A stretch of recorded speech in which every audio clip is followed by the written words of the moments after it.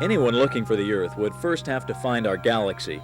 Our best guess tells us that the universe is made up of over 100 billion galaxies, pretty much like ours. And even if space explorers got it narrowed down that far, they'd then have to pick our sun out of over 200 million other stars, pretty much like old Sol. Now, those numbers may seem to make Earthlings a little insignificant in the grand scheme of things, but they've also led others to an important belief. We are not alone.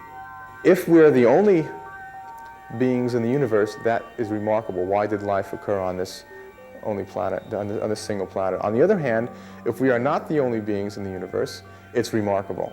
Either way, it's remarkable. I don't think there'll be humans anywhere else. There may be creatures more advanced than we. They may do better art or better talk shows, better science, but there won't be people. Life is not unique, that it's got to be scattered all over the universe. And we've just got to get smart enough to find it. Scientists are doing their best, searching for the answer in laboratories, sending probes past the planets in our own solar system, and even listening for interplanetary radio signals. But perhaps we don't have to find them. Maybe the movies are right. Maybe they have found us. It's always nice to think there's somebody else or something else out there that's kind of keeping watch on us, or maybe coming down once in a while and taking a look.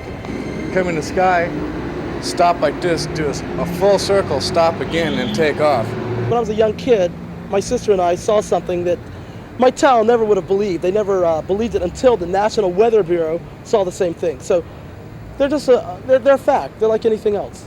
You've just heard some of the over 15 million Americans who claim to have seen an unidentified flying object, or UFO. The U.S. Air Force began an investigation, codenamed Blue Book, back in 1947. Our airmen have always maintained that simply because something is unidentified doesn't make it extraterrestrial. It does not contain any pattern of purpose or of consistency that we can relate to any conceivable threat to the United States. From 1947 until 1969, we investigated well over 12,000 sightings. More than 95% of those sightings were explainable. They were aircraft, weather balloons, stars, planets, mirages, light refractions. They were conventional objects. The Air Force officially got out of the UFO business in 1969. Even so, the public has remained interested, and now private research groups collect the photos and interview the witnesses. UFO sightings have repeatedly been analyzed and broken down into every chart and graph imaginable. Still, researchers claim somebody's covering up. So the CIA decided they should debunk or ridicule UFO reports to keep the public interest down. And this is what the Air Force did for 25 years. I think it was a serious mistake.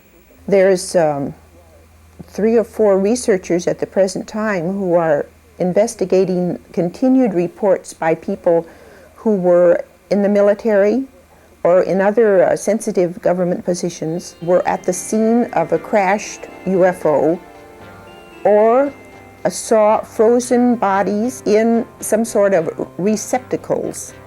And while ufologists, as they are often called, see a conspiracy of silence, many in the scientific community simply see a lack of good evidence. The communication with extraterrestrials would be an extraordinary event in human history. As such, it requires extraordinary proof. At this point in time, there is absolutely no evidence to indicate that we have ever been visited, we meaning the entire planet, at any time in our history, has ever been visited by any extraterrestrials. That's as simple as that.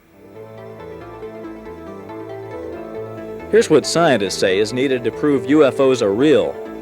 Physical proof, some kind of metal or biology that doesn't exist here on Earth. Informational proof, some kind of original knowledge that can later be confirmed. Or instrumental proof, separate clear photos or reliable instrumental readings. The problem is that most of us are lousy witnesses. And I seen 3 discs, shiny objects, I'd say about as big as a penny. No, smaller. About as big as a button someone's on their shirt. So, just in case, remember a few basic rules about being a good witness. Keep your head clear and observe all details carefully, and get another witness if you can. Take a good photo with the best camera you can find. Write down your findings immediately and report them as soon as possible.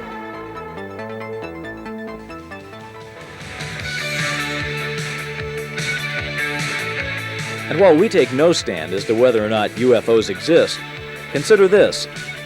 We can send men off our planet already, and we can make machines that can travel beyond our own solar system.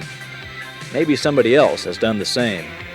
Something to think about as you keep your eye on the sky.